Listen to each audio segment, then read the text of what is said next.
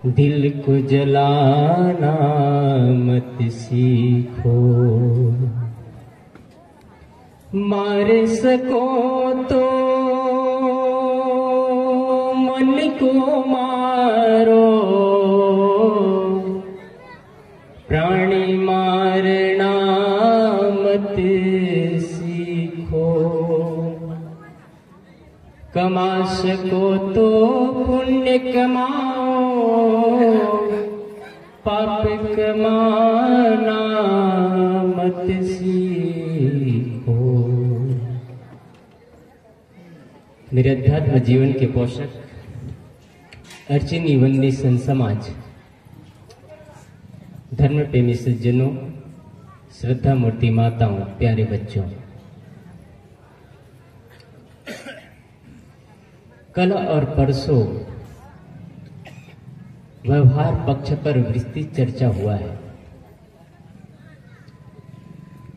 व्यवहार पक्ष पर जोर इसलिए डाला जाता है क्योंकि जब तक व्यवहार हमारा शुद्ध ही नहीं होगा, परमार्थ सद सकता नहीं।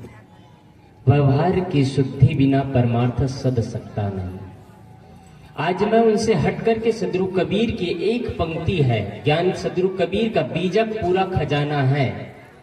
पूरे बीजक में से ज्ञान 34 एक प्रकरण है, ज्ञान 34 प्रकरण से उसमें से एक पंक्ति है। एक पंक्ति है, खखा चाहे खोरी मनावे। यदि आत्म शांति चाहते हो, जीवन में परम उपलब्धि को चाहते हो, तो खोरी मनावे। सदगुरु कबीर साहेब सब तरफ घूमने वाले संत थे। वो गुजराती भी कहते हैं, ई ले ऊ व्यवहार, ये गुजराती शब्द में आता है। हिंदी भी कहते हैं, भोजपुरी भी कहते हैं,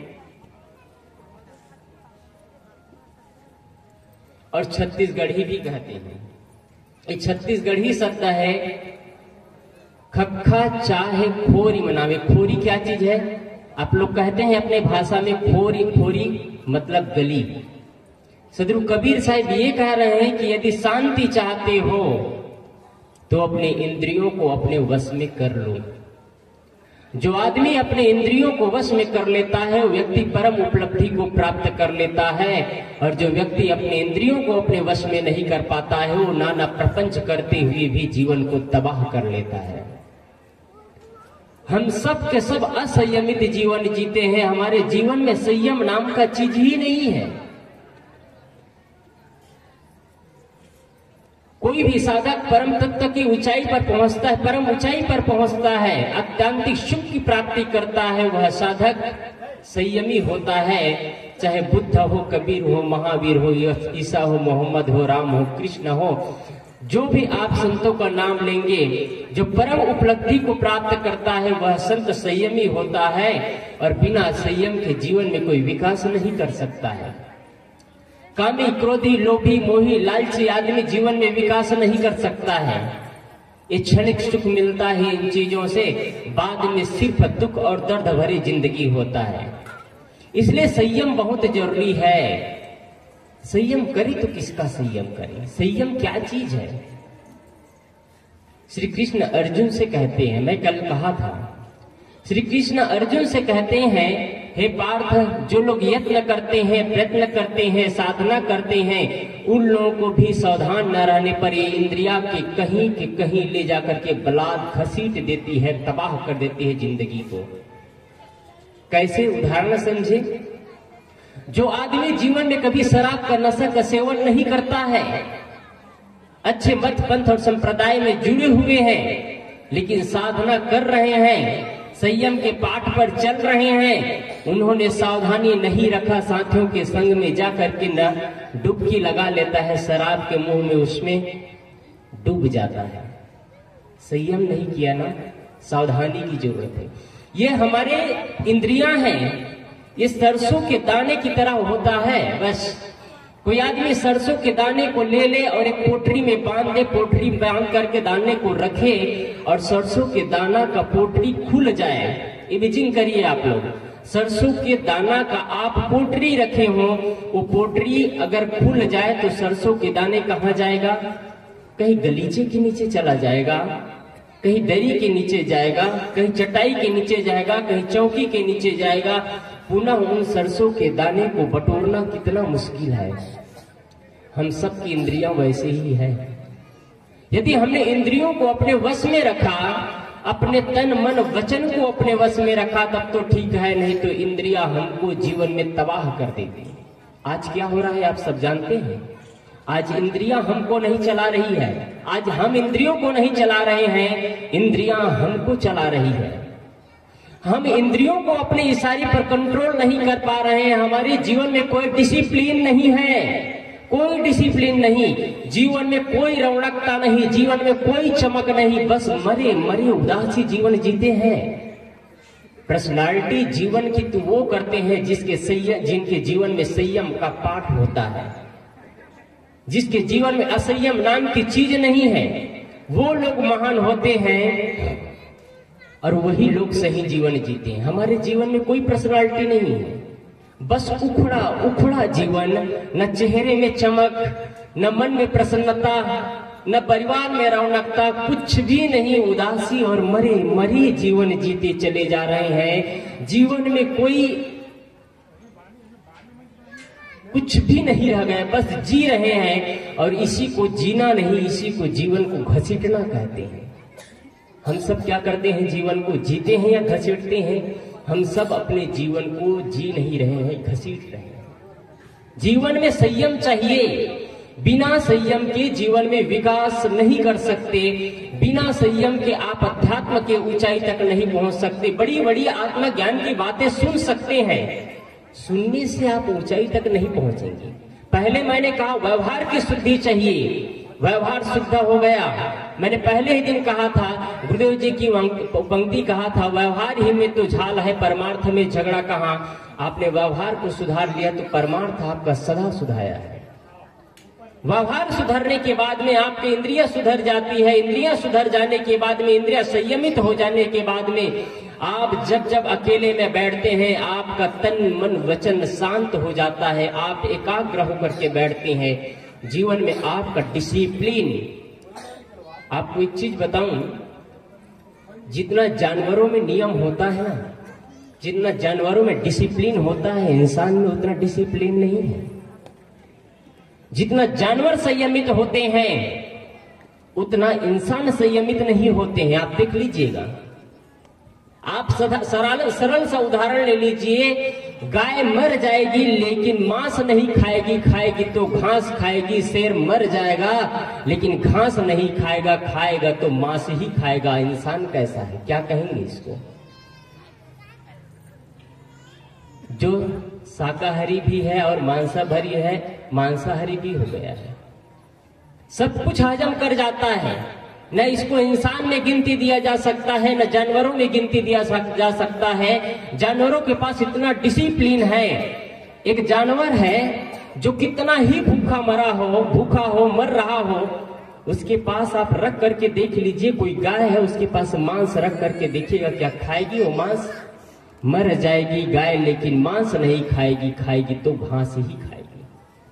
हम लोग के जीवन में कितना संयम है, क्या पेय है, क्या अपेय है, क्या खाद्य है, क्या अखाद्य है, कोई चीज नहीं जान पाते हैं। जीवन में संयम का पाठ ही नहीं है, कोई संयम नहीं। रात्रि में टीवी देख रहे हैं, मोबाइल देख रहे हैं, आंखों से चुभन हो रही है, आंखों से दर्द महसूस हो रहा है, आंख कह रहा है बेटा अब बस करो, डिस्प्ले बंद कर दो। मन कहता है थोड़ा और देख लो ना, अभी तो 11 ही बजा है, अभी तो 11 ही बजा है। रात 12 बज जाता है, 1 बज गया, आंखों में चुभन हो रही है, लेकिन मन कहता है बेटा और थोड़ा देख लो। जब खाना शुरू करते हैं, अच्छे अच्छे मिठाई आता है, मिष्ठान आता है, 2-4 पीस खाए, 5 पीस खाए, अच्छा लग रहा है, अंदर पेट से आवाज आ रही है अब बेटा मत खाना, नो स्वास्थ्य के लिए बहुत नुकसानदायक है। गुलाब जामुन 4 खाया, 5 खाया, बगल से रसमलाई आ गया, कहीं लाड़ तो नहीं आ रहा है मुझे। मन कहता है थोड़ा और खा लो ना, क्या होता है। मैं संयम की पाठ कह रहा हूं। मैं आज का विषय ओनली संयम पर ही बताऊंगा। मैं बिना जीवन के संयम में विकास नहीं, बिना संयम के जीवन में विकास नहीं कर सकते, उत्थान नहीं कर सकते। संयम चाहिए, डिसिप्लिन होना जीवन में बहुत ही जरूरी है, जिसे हम बुद्ध, कबीर, महावीर, ईसा, मोहम्मद, रामकृष्ण कहते हैं। उनके जीवन में डिसिप्लिन था, संयम था, तब वो महान हुए। और आज संयम नहीं होता तो हम आप जैसे सरल से इंसान होते हैं। आप नेपोलियन बोनापार्ट का नाम सुने होंगे। नेपोलियन बोनापार्ट फ्रांस का प्रधान सेनापति था। जब वो पढ़ाई करता था तो पढ़ाई के दौरान एक किराए के मकान पर रहता था। पढ़ने वाले बच्चे सुन ले, अपनी समय और शक्ति को तबाह मत करे। आज अपने समय और शक्ति को सही जगह लगाएंगे तो नेपोलियन बोनापार्ट जैसे व्यक्ति बनेंगे, महान बनेंगे। आज के बच्चे ही कल का भविष्य है।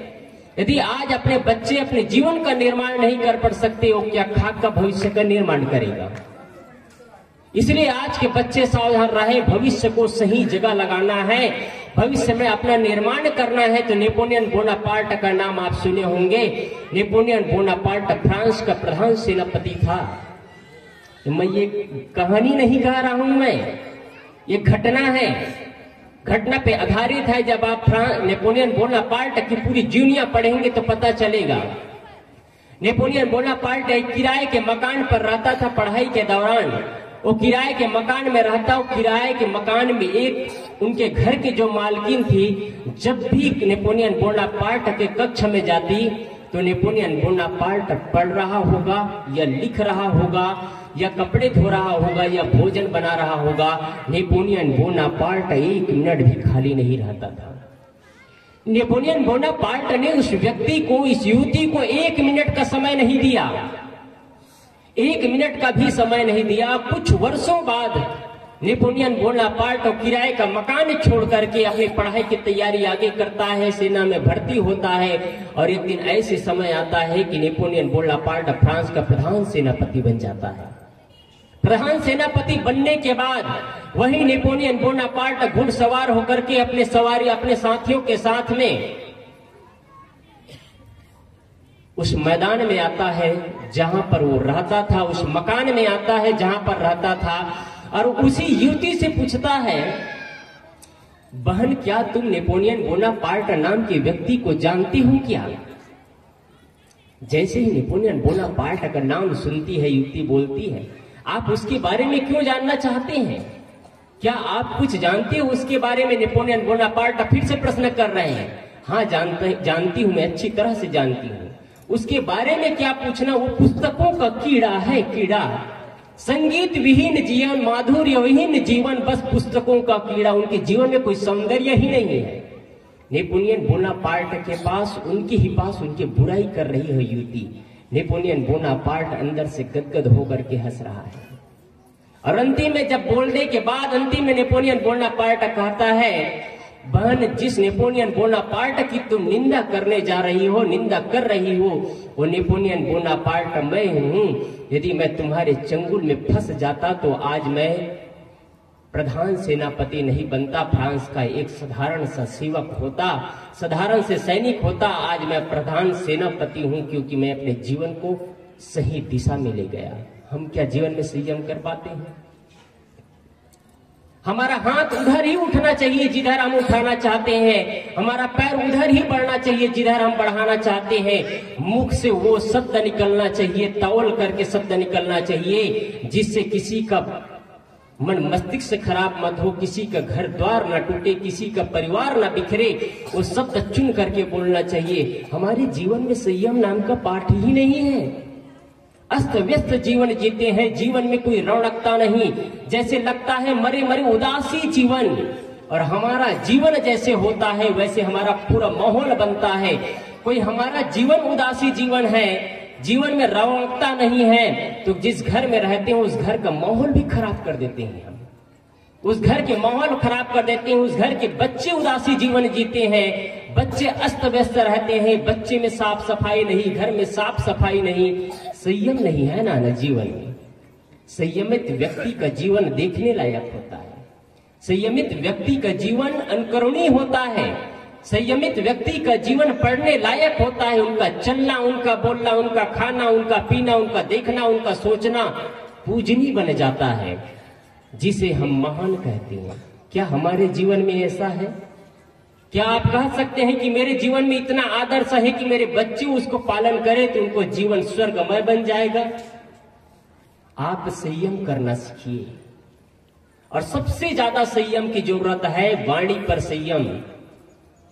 हमारे आंख दो है, काम सिर्फ देखना है, नाक दो है, सिर्फ काम श्वास लेना सुनना है, कान दो है, सिर्फ काम सुनना है, लेकिन जीव एक है, उससे रसपान करते हैं, भोजन करते हैं और शब्द बोलते हैं। और सावधान ना रहे तो जाता के बीच में जो जाता है वो पीस जाता है, वैसे ही ऊपर नीचे जाता लगा है, दांतों का सावधान ना रहे तो कट कर खून बहना शुरू हो जाता है। और संयम नहीं तो शब्दों से, जीभ से बोला हुआ शब्द हमारे परिवार को उजाड़ करके रख देता है, फिर अपने ही पराये नजर आते हैं, जीवन बर्बाद हो जाता है। आत्मीय बंधुओं, संयम की बहुत ही जरूरत है। एक बुढ़िया माँ थी, एक कहानी नहीं है, फिर से कह रहा हूं मैं। एक बुढ़िया माँ थी, महाकुंभ चल रहा है अभी, वैसे एक समय महाकुंभ चल रहा था, महाकुंभ का समय है। एक बुढ़िया माँ सुनी थी कि महाकुंभ है, और प्रयाग में जाकर के संगम में स्नान करने के बाद में मुक्ति मिल जाती है। उन्होंने सोचा मैं भी जाकर के स्नान कर लूं। वो बुढ़िया धीरे धीरे चलते चलते आई, 2 दिन में पहुंची जैसे तैसे, और संगम में जाकर के स्नान कर लेती है। संगम में स्नान तो कर लेती है, बुढ़िया की जर्जरता की अवस्था थी, पैर से चला नहीं जा रहा था, तेज धूप, अब चले तो कैसे चले। देखती है बुढ़िया माँ बगल में ऊंट बैठी है, ऊंट बैठा हुआ है बगल में। वो चलते चलते आती है बुढ़िया माँ और ऊंट पर बैठ जाती है। जैसे ही ऊंट पर बैठती है बुढ़िया माँ, ऊंट खड़े होकर के चलना शुरू कर देता है और ऊंट आगे बढ़ना शुरू कर देता है। लोग पूछते हैं माँ तुम कहाँ जा रही हो? बुढ़िया माँ क्या बोलती है, बेटा ऊंट जिधर ले जाए उधर ही मैं चली जाऊंगी, क्योंकि मेरे हाथ में ऊंट का नखेल नहीं है। नखेल मतलब समझ रहे हैं, उसका रस्सा मेरे पास नहीं है, मैं रस्से से उसको कंट्रोल नहीं कर सकती। ये हमारी इंद्रियां ही वैसे ही, बुढ़िया माँ की कहानी नहीं है ये हम सबकी जीवन की कहानी है। हमारी इंद्रियां हमको जिधर ले जा रहा है उधर ही हम चले जा रहे हैं, उधर ही हम पैर आगे बढ़ा रहे हैं। हमारा पैर मदिरालय की ओर आगे बढ़ता है तो मदिरालय की ओर जाते हैं, और पैर मंदिर की ओर आता है, घर मंदिर बन जाता है तो घर की ओर आगे बढ़ाते हैं।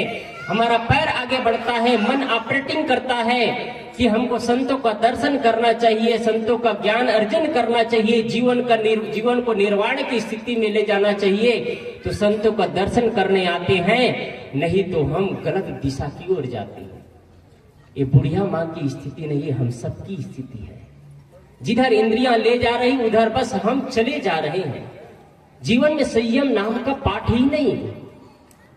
संयम करना सीखे, उतना ही खाए जितना हजम कर सकते हैं, वो चीज ही खाए जो आपका पेट पचा सकता है, और बाकी चीज मत खाए। आज इतना द्रव्य आ रहा है खाने पीने का, और आप सभी से निवेदन करना चाहूंगा कि पैकेट बंद चीज कम से कम यूज करिए। पैकेट बंद चीज में एक ऐसा केमिकल डाला जाता है जो कि स्वास्थ्य के लिए बहुत ज्यादा नुकसानदायक है। उसमें गैस भरा जाता है जो कि उससे खराब ना हो, वो केमिकल बच्चों के लिए बहुत ही जानलेवा है। आप उन बच्चों को मत दीजिए वैसा चीज। एक कुरकुरे है जो चिप्स है, उसको जला करके देखिएगा जलना शुरू हो जाता है। ये बहुत ही नुकसानदायक चीज है। बाहरी चीजों को मत खाइए आप। बड़ी अजीब से बात है, आज लोगों को अपने से मतलब नहीं रह गया है, अपने लोगों के अपने परिवार के लोगों से मतलब नहीं रह गया है। न माँ से रिश्ता, न पिता से रिश्ता, न पति से रिश्ता, न पत्नी से। आज माँ और पत्नी है घर में तो अच्छे अच्छे भोजन देती है, खिलाती है। लोग पुराने परंपरा में प्यार से सम्मान करते थे। आज मोबाइल दबाओ, जोमेटो ऑनलाइन ऑर्डर कर दो, कोई जरूरत नहीं है पत्नी और माँ की। एक माँ बोलती है न तुमको पत्नी की जरूरत है न माँ की जरूरत है, तुमको तो बनाया बनाया तुम्हारे मम्मी पापा बैठा करके रखे हैं, वहां खिला रहे हैं, जाओ तुम्हारे मम्मी पापा के पास होटल में। आज यही दशा तो हो रहा है। आप आपका घर बना हुआ भोजन पवित्र भोजन होता है। होटल में बना भोजन पवित्र नहीं होता है। होटल में मसाले धोक दिए जाते हैं, भोजन साफ सुथरा नहीं होता है। आप भोजन नहीं जहर को रसपान करते हैं। संयमित जीवन, भोजन करते समय क्रोध मत करिए। आपके घर में पति आते हैं काम करके, घर में पत्नी आती है काम करने, घर में आती है बहू आती है, तो घर में कोई बहू आ रही है या पत्नी आ रही है या पति आ रहे हैं, एक साथ भोजन हो रहा है, तो भोजन के साथ में सिर्फ प्रेम से भोजन कराना चाहिए। जो घर में आए वे चला है, जो घर में लड़ाई झगड़ा हुआ है, उसको भोजन के साथ में पारस कभी मत करिए, नहीं तो आप भोजन नहीं, अमृत पान नहीं कराते हैं, आप जहर खिलाते हैं। यही तो होता है।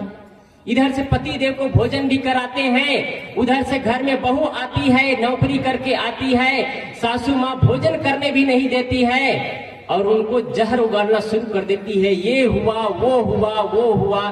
क्यों आप अपने जीवन में शांति नहीं चाहते हैं? संयम की पाठ चाहिए। महात्मा गांधी को जानते हैं? महात्मा गांधी की उनकी पत्नी कस्तूरबा बाई को उनको हो गया था ब्लड प्रेशर। जब ब्लड प्रेशर हो गया था तो डॉक्टर ने कहा था तुमको नमक नहीं खाना है।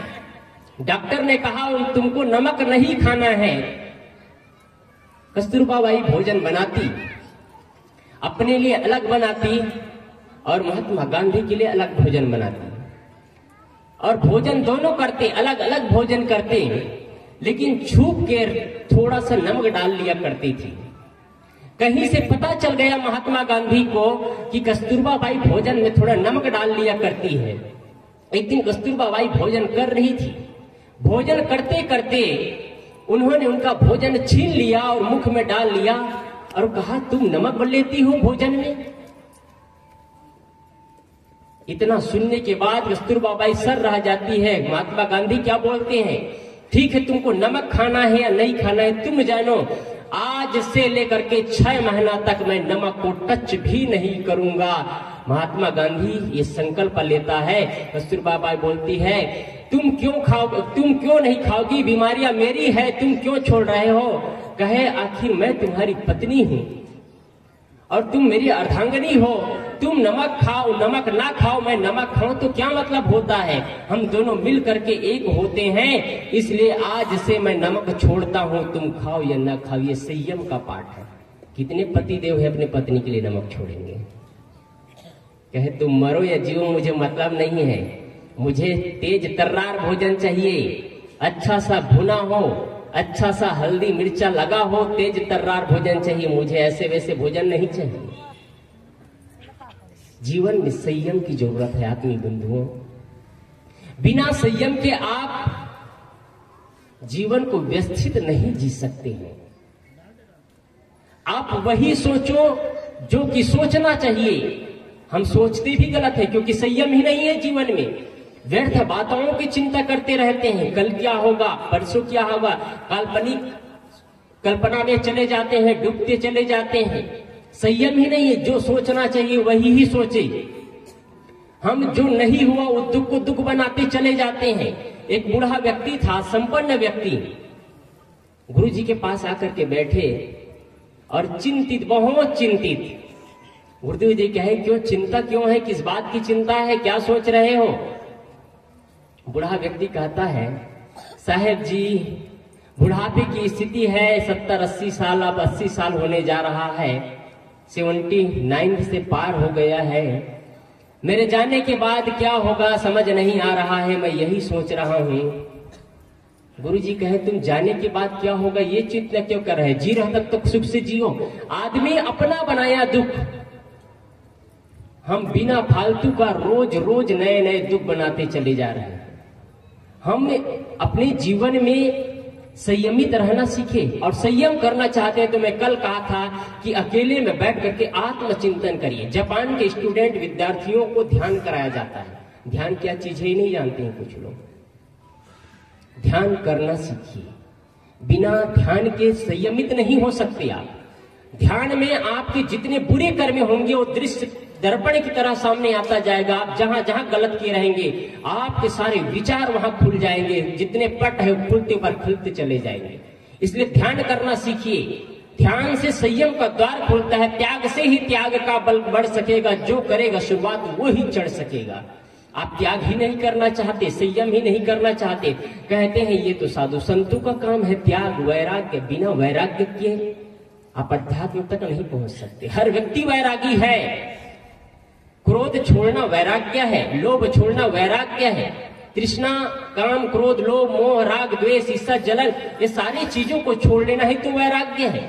कपड़ा बदलना वैराग्य नहीं है। कपड़े बदलने से कोई वैराग्य नहीं होता है। आप घर में रहते हैं, समाज में रहते हैं, आश्रम में रहते हैं, बस अंतर इतना है मन की दशा सही होना चाहिए। और जीवन में संयमी नहीं रहेगा तो आप घर में वही जो निंदा चुगली करते हैं, हम आश्रम में वही निंदा चुगली करेंगे, क्योंकि संयम ही नहीं है। एक आदमी घर में रह करके संयमित जीवन जीता है। जो मिल जाता है वो खा लेता है, जो भी मिल जाता है जीवन चलने के लिए प्रेम से खा लेता है। एक आदमी आश्रम में रहता है, संयम नहीं है। सादा सिंपल भोजन आता है तो कहते हैं अरे यार क्या भोजन बनाया तुमने, न भोजन में नमक है, न तेल है, न मिर्चा है। वो क्या व्यक्ति विकास कर पाएगा? वो व्यक्ति विकास नहीं कर सकता। इसलिए जीवन में संयम की बहुत ही जरूरत है। और मैं शुरू दिन कहा था कि सबसे ज्यादा जीवन में संयम की जरूरत है तो वाणी। अभी भी मैं कहा जीव का 3 काम है, रसपान करना, भोजन करना और मुख से शब्द बोलना। आप भारतीय परंपरा से हैं सभी लोग, हिंदू संप्रदाय से जुड़े हैं। हिंदू धर्म नहीं है, धर्म नहीं कहता मैं, इसको याद रखिएगा। हिंदू संप्रदाय है, धर्म उसे कहते हैं। धर्म की परिभाषा 1 मिनट में बता दूं आपको। धर्म उसे कहते हैं जिसको सब माने, जिसको कोई माने और कोई ना माने वह धर्म नहीं हो सकता। हिंदू धर्म नहीं है, संप्रदाय है। क्योंकि हिंदू को सिर्फ हिंदू मानते हैं, जैन, बौद्ध, मुस्लिम, सिख, ईसाई, अन्य देशी, फ्रांसियों को कोई मतलब नहीं है, आउट ऑफ कंट्री वाले को कोई मतलब नहीं है हिंदू धर्म से। इसलिए धर्म वह है जिसको सब माने वह धर्म है, जिसको कोई माने और कोई ना माने वह धर्म नहीं हो सकता, हिंदू संप्रदाय। इसलिए धर्म आपके जीवन में होना चाहिए, संयम आपके जीवन में होना चाहिए। बिना संयम के जीवन में विकास नहीं हो सकता है। आप संयमित जीवन करेंगे, जीवन जिएंगे, तभी आप विकास कर सकते हैं। कुत्ता में जितना डिसिप्लिन होता है, जानवरों में, कुत्ता की बात आई तो मैं कहा करता हूं कुत्ते भविष्य को जानते हैं। एक कुत्ता था, कुत्ता घर में अंदर रहता, लेकिन कुत्ता के सामने कुछ भी पहले जो घटना घटने, ये कुत्ता ही नहीं जानवरों में वो चीज होता है जो आज से कुछ मिनट बाद, अभी से कुछ मिनट बाद होने वाली घटनाओं को पहले से जान जाता है। ये जानवरों में डिसिप्लिन है, संयम है, इसलिए जानता है। और कोई संयमी महात्मा होगा वो भी जान जाता है कि अब कुछ तूफान मचने वाला है। संयमी महात्मा जान लेता है कि अब कुछ होने वाला है और अपने आप को समेट लेता है, अपने आप को समेट लेता है। एक जगह मंदिर में सभी लोग बैठे थे, सभी लोग बैठे थे, बाहर से आवाज आई, गड़गड़ गड़गड़ की आवाज आती है, आंधी तूफान होना शुरू हो गया। आंधी तूफान जब चला और पता चला कि भूकंप के झटके भी आ रहे हैं, तो काफी लोग बैठे थे हाल के अंदर बैठे थे। सभी लोग दौड़ करके बाहर निकल गए और संत वहीं बैठे रहे। भूकंप का झटका जब समाप्त होता है तो लोग अंदर प्रवेश करते हैं, प्रवेश करके पूछते हैं महात्मा जी से, हम सब के सब बाहर गए, आप क्यों नहीं गए? महात्मा जी कहते हैं आपने भूकंप के डर से बाहर भगे और बाहर प्रवेश किए, बाहर चले गए, और मैं इस भूकंप के झटका मुझे प्रभाव नहीं डाला, इसलिए मैं भीतर प्रवेश कर गया, अपने अंतरात्मा में खो गया, मुझे उसका प्रभाव नहीं पड़ा। मैं भी बाहर गया, तुम भी बाहर गए, मैं तुम लोगों से बाहर हट करके अपने अंदर गया और तुम लोग हाल से हट करके बाहर मैदान में गए, अंतर इतना ही है। इसलिए संयम चाहिए। मैंने नेपोलियन बोनापार्ट का नाम बताया, उनके जीवन में संयम था। कुत्ता का बात कह रहा था मैं। एक जगह एक बड़े व्यक्ति, पैसे वाले व्यक्ति के पास कोई चीज की कमी नहीं होती है। ये जापान की घटना है। जापान में एक बड़े व्यक्ति जहां पैसों की कमी नहीं। वो जापानी लोग भारत में आए और भारत में आने के बाद एक बड़ा सा मंदिर उसको देखने के प्रयास किए, देखना चाहते थे। लेकिन जैसे ही मंदिर में जाना चाहते थे, मंदिर के मेन गेट पर ही लिखा था कि मंदिर के अंदर कोई भी कीमती वस्तु, कीमती चीजें नहीं ले जा सकते। थैला, मोबाइल, कैमरा, बैग, कोई भी चीज, चप्पल, जूता, सब कुछ छोड़ करके जाना, यहाँ अंदर प्रवेश वर्जित है। जापान से आए हैं लोग, सभी लोग देखना चाहते थे। अब रुके तो कौन रुके, उनके पास में कुत्ता था, देखने से भी डरावना, भयानक कुत्ता। कुत्ता को उन्होंने कहा, सभी लोग सामान एक जगह रख दिए। सामान एक जगह रखने के बाद कुत्ता से कहा, देखना बेटा, इसका ध्यान रखना, हम आ रहे हैं। करीब मंदिर घूमने में 1 घंटा से ज्यादा लगता है। कुत्ता वहां से टस के मस नहीं होता है, हिलता भी नहीं, किसी में ताकत नहीं कि उनके सामान छू सके कोई। जानवरों में इतना डिसिप्लिन है, हमारे जीवन में कितना संयम है। असंयमित जीवन। आप सभी याद करिए, आपने अपने बहू को कैसे कैसे कटु शब्द बोले होंगे। आप सभी याद करिए, आपने अपने सासू माँ को कैसे कटु शब्द बोले होंगे। आप सभी याद करिए कि अपने ही पिता को, अपने ही माँ को, अपने ही पत्नी को कैसे कैसे कटु और तीखे शब्द बोले होंगे, जिसकी वजह से आज आपको नफरत करते हैं, वो आज आपसे प्रेम नहीं करते हैं। क्या संयमित होता तो जीवन ऐसे होता? संयमी लोगों से प्रेम करते हैं। हर व्यक्ति प्रेम से, चित्र से, चरित्र से ज्यादा प्रेम करते हैं। चित्र के अपेक्षा चरित्र से लोग ज्यादा प्रेम करते हैं। कोई चित्र से सुंदर दिखता है, शरीर से सुंदर दिखता है तो लोगों को कुछ देर के लिए प्रेम होता है। लेकिन कोई आदमी चरित्र से, स्वभाव से सुंदर है, उनसे आदमी लोग मिलना चाहते हैं, उनसे बातें करना चाहते हैं। संत कोई स्मार्ट नहीं दिखते हैं, कोई रंगाई पुताई पुट्टी लगा करके नहीं आते हैं यहाँ। आप लोग तो पुट्टी लगा करके आते हैं, समझ आता हूँ भाई।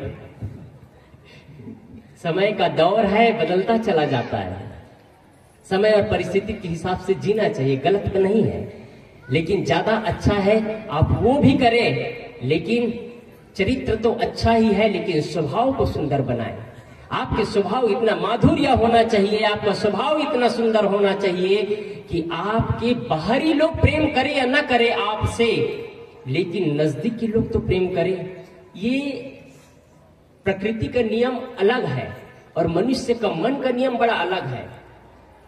जब समुद्र में लहरें आती है तो समुद्र में लहरें आने के बाद नजदीक के गड्ढों को लबालब करते हुए समुद्र के बगैर लहरें आगे बढ़ती है। आप देखे होंगे, समुद्र में जब लहरें आती है तो नजदीक के गड्ढों को पहले पानी भरता है, फिर आगे फिर आगे फिर आगे बढ़ता चला जाता है। नजदीक के गड्ढे पहले लबालब।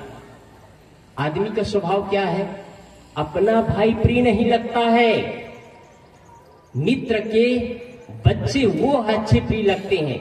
अपने बच्चे प्रिय नहीं लगते हैं, अपने मित्र के बच्चे प्रिय लगते हैं। अपने भाई प्रिय नहीं लगता, पड़ोसी प्रिय लगते हैं। अपने माँ बाप प्रिय नहीं लगते, बगल वाले प्रिय लगते हैं। अपने बहन प्रिय नहीं लगते, बगल वाले भाई का बहन प्रिय लगते हैं। दूर का डोल सुहावन। दूर के लोग कभी मिलते हैं, कभी आते हैं जाते हैं। बेटी आती है 2 दिन में चले जाती है, 4 दिन रहती है चले जाती है, कहती है माँ मेरे घर में बहुत सारे काम है, मैं नहीं रुक सकती, आपके साथ में वही बहू काम आएगी अंत समय तक।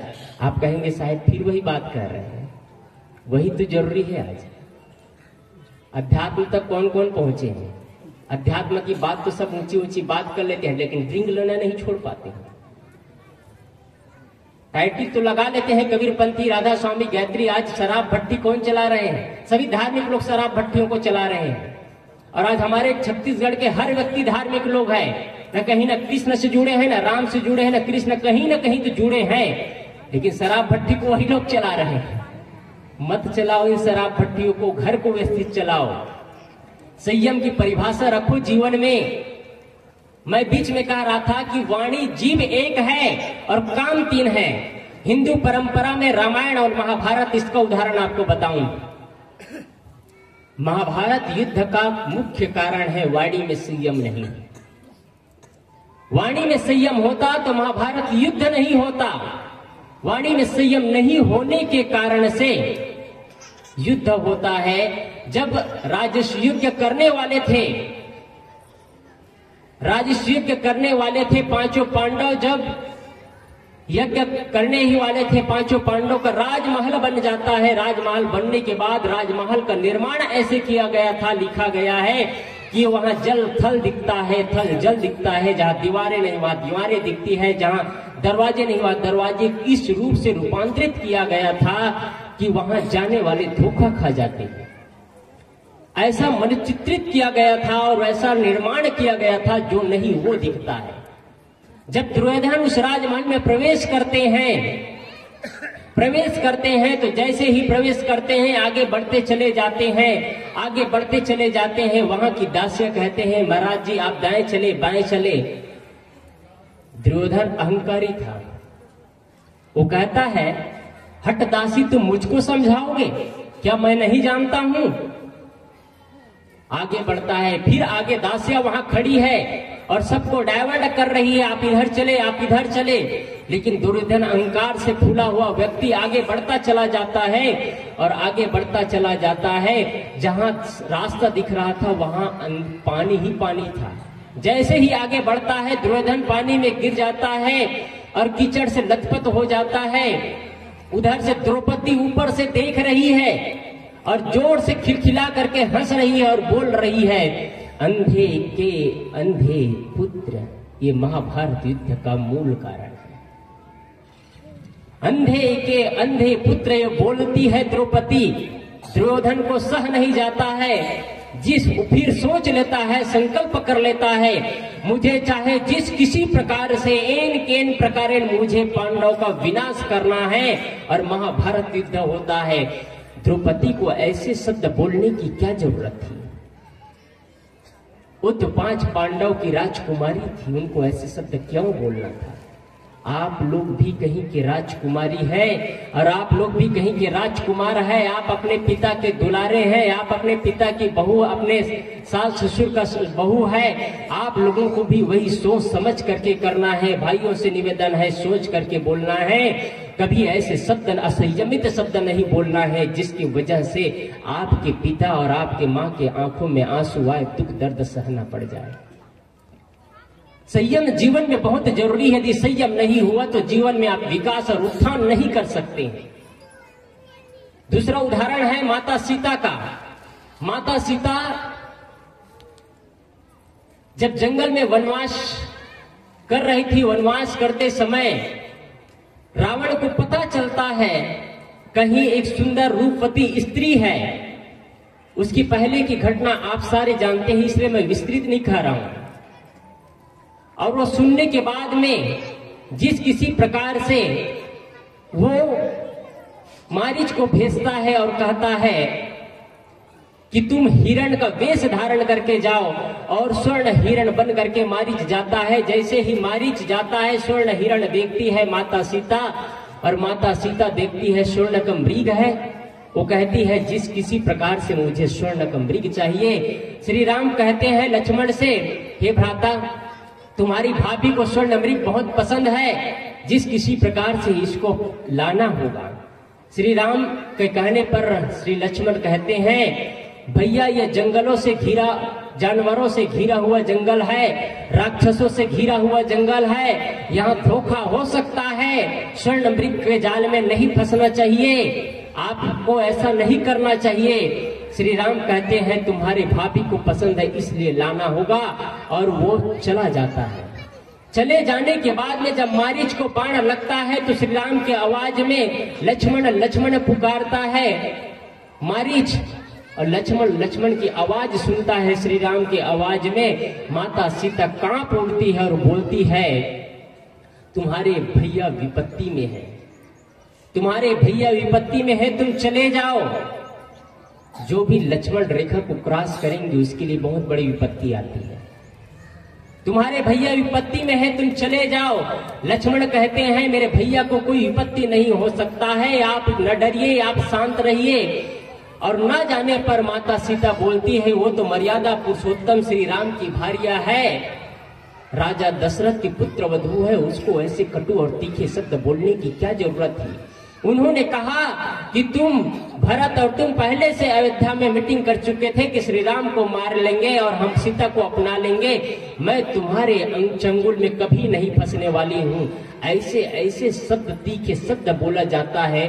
जब किसी व्यक्ति के कान में शीशा को कूट करके गर्म शीशा को डाला जाए और जो वेदना और पीड़ा होती है, वही पीड़ा श्री लक्ष्मण को शुरू हुआ और उन्होंने लक्ष्मण रेखा खींच करके जाने के बाद परिणाम क्या होता है, रावण ब्राह्मण का वेश धर के आता है और लक्ष्मण रेखा लांग करके सीता दीक्षा पात्र में दान करने आती है और हर करके चली जाती है।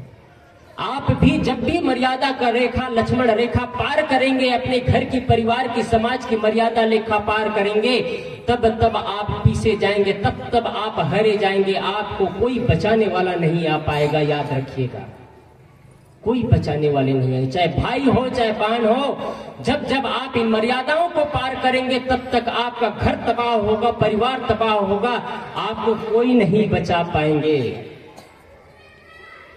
इसलिए इन मर्यादाओं से अपने जीवन को संभाल करके रखिए।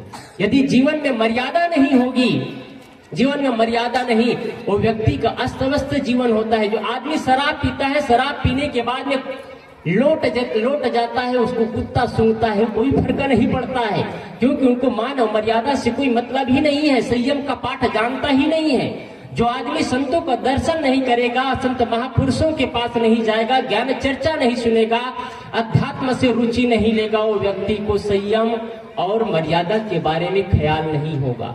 इसलिए इन मर्यादाओं को लांघे मत, हम जीवन में संयम का पाठ पढ़े और अपने घर और परिवार को इतना व्यवस्थित चलाए कि आपको लगे कि सच में अब हमारा परिवार सुरक्षित हो रहा है, सच में हमारा घर सुरक्षित हो रहा है। आज हम सब एक आनंद और प्रेम की जीवन जीते हैं। किसी के लिए किसी के मन में छल और कपट नहीं है, किसी के मन में किसी के लिए राग और द्वेष नहीं है। आप अपने सास से, बहू से, देरान से, जेठान से, भाई से, पति से, पत्नी से वो प्रेम पूर्व आनंद जीवन जिए। एक उदाहरण बताऊं मैं, संयम की बात आया तो संयमी व्यक्ति ही सेवा कर सकता है। असंयमित व्यक्ति को अपने जीवन के फैशन और दुर्व्यसन से मतलब है। असंयमी व्यक्ति सेवा नहीं कर सकता है। कोई भी व्यक्ति संयमी होगा वही सेवा करेगा, जिनके मन में एक नया रूप छाए रहेगा, जिनके मन में एक प्रसन्नता, उद्गार होगा कि मैं समाज का सेवा करूं। कोई जरूरी नहीं कि आदमी धन से ही सेवा करे। एक सेवा है तन से, एक सेवा है मन से, एक सेवा है धन से। यदि आपके पास धन है तो धन से सेवा करिए, धन नहीं है तो तन से सेवा करिए, और तन से भी अस्वस्थ है तो सबके लिए तो अच्छी कामना कर सकते हैं ना। और अच्छी कामना भी नहीं कर सकता, उससे दरिद्र व्यक्ति तो इस दुनिया में नहीं है, सबसे महादरिद्र व्यक्ति है वो। इसलिए सेवा करना सीखिए, खुल करके सेवा करिए समाज का। आपके पास जो सामर्थ्य है, मन से तो सबको करना चाहिए, लेकिन सबके पास धन नहीं होता है, तन का सहयोग जरूर देना चाहिए। और बन सके तो लूले को, अपाहिज को, गरीब लोगों को जो बन सकता है। माताओं के पास में साड़ियों का बंडल रहता है, बंडल पर बंडल बनता चला जाता है। जब भी मार्केट जाएगी तो नए साड़ी लेकर के आएगी। अब कहते हैं साहब लोग महिला चमन पर ज्यादा बोलते, वो कहते हैं पुरुष भाई के पास कितना जोड़ी कपड़ा होगा पूछ लेना जा करके। आप लोगों के ऊपर है। अगर कोई पुरुष शराब पीता है, एक हंटर ऐसे लगाना कि उनकी शराब पीना बंद हो जाएगा। घर में प्रवेश करने मत देना, दरवाजा लॉक कर देना। जब तक तुम शराब नहीं छोड़ोगे तब तक असंयमित जीवन जियोगे, तब तक तुम्हारे लिए इस घर में दरवाजा नहीं खुलेगा। उनके लिए लॉक कर देना दरवाजा। आप द्रौपदी है तो महारानी लक्ष्मी बाई भी है और आज दुर्गा भी है। आपके ऊपर सब शक्ति है। मैंने कल शुरू दिन भी कहा था, आपको 3 बार अवसर मिलता है, इन लोगों को अवसर नहीं मिलता है। आप लोग सौभाग्यशाली है, आप लोग सौभाग्यशाली हैं जो कि परिवार को और समाज को आप लोग चलाते हैं। ये बीच में करेली गांव है, सुने थे आप लोग? वहां शराब की भट्टियां चलती थी। करेली वालों ने कहा हमारे गांव में शराब की भट्टी नहीं खुलने देंगे। माताओं ने द्रोह किया, उस गांव में शराब की भट्टियां नहीं चलती है। गांव गांव फेरी लगाते हैं, और फेरी लगाते हैं। कोई शराब पी करके लोटा हो, उसको डंडा से इतना सोड़ते हैं कि पूछो मत। हकीकत है भाई, डुप्लीकेट नहीं कह रहा हूं। डंडा से सीधा लगाते हैं, पूरा डंडा लेकर के घूमते हैं। इसलिए संयमी और सेवा करिए। सेवा एक सबसे महत्वपूर्ण चीज है जिससे आप सबको खुश कर सकते हैं। सेवा से सबको खुश कर सकते हैं। एक जगह एक संत रास्ते से गुजर रहे थे। रास्ते से गुजरते गुजरते देखते हैं कि एक बुढ़िया माँ जो लगभग 80 साल की अवस्था, जर्जरता की अवस्था है, शरीर में पूरा सीकन, चाम में सीकन आ गया है। यदि जोर से कलाई पकड़ा जाए तो चमड़े भी छिल सकता है। जोर से कलाई पकड़ा जाए तो चमड़े भी छिल सकता है, यह संभावना है। इतना मुलायम सा शरीर, 80 साल की अवस्था। उसको एक माँ है, उस माँ को बड़ी प्यार से एक बेटी नहला रही थी। संत उधर से गुजरते हैं और माँ की जर्जरता की अवस्था देखते हैं। इतना जर्जर अवस्था, बड़ी प्यार से और बड़े श्रद्धा से। एक नहलाना अलग होता है, पानी को उड़ेड़ देते हैं, नहला दिए कह देते हैं। एक होता है भाव से भर करके, प्रेम और श्रद्धा से गदगद होकर के, समर्पित होकर के नहलाना, वो अलग चीज है। कोई भी काम यदि समर्पित होकर के किया जाता है तो उनका तन मन प्रसन्न होता है। वो बहन बड़े प्रेम से, श्रद्धा से, भाव से अपने सासू माँ को नहला रही थी। उधर से संत गुजरते हैं, देखते हैं आखिर कौन है इसकी। संत पूछते हैं, क्या बेटी तुम्हारी सासू माँ है, बड़े प्यार से नहला रही हो? वो बेटी क्या बोलती है, नहीं भगवान, मेरी सासू माँ नहीं है, उससे बढ़कर के रिश्ता है।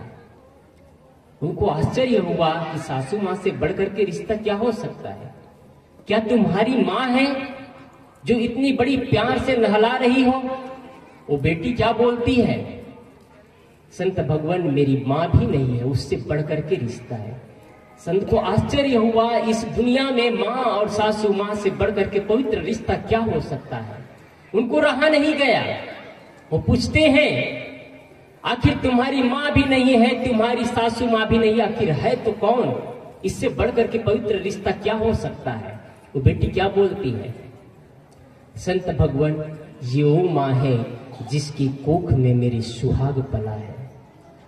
संत भगवान, ये वो माँ है जिसके कोख में मेरे सुहाग पला है, जिसके बदौलत मैं आज इस घर में टिकी हूँ, जिसके बदौलत आज मैं इस घर में टिकी हूँ, जिसके बदौलत मेरे माथे पे सिंदूर है, कलाई में चूड़ियां है, पैरों में माहौर है, गले में मंगलसूत्र है।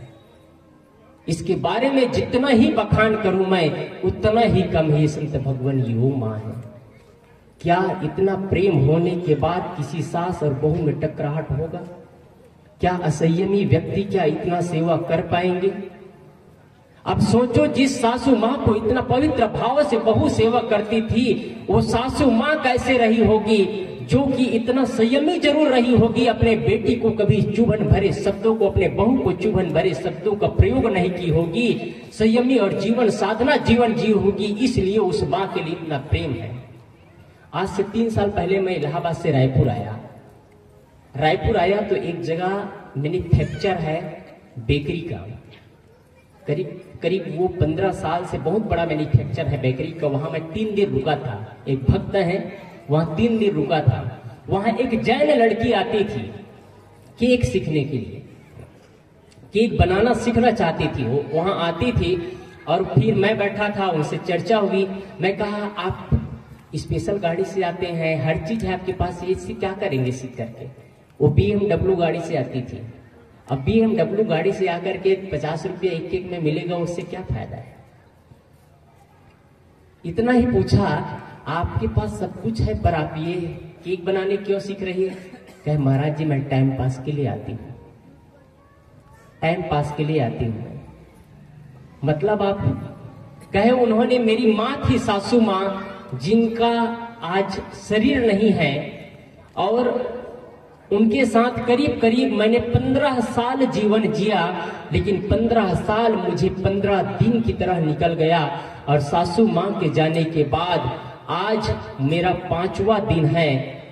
उनके परंपरा में ये सब, हिंदू परंपरा में जो होता है, ये पचनहान दसनहान ये सब नहीं होता है। उन्होंने कहा 5वां दिन है, मैं इतना बेचैनी और उदासी जीवन जी रहा हूँ इतना बेचैनी और उदासी जीवन। मेरी माँ का नाम संयम था और उन्होंने संयम की पाठ पढ़ा। उनका जीवन ही संयमी जीवन था।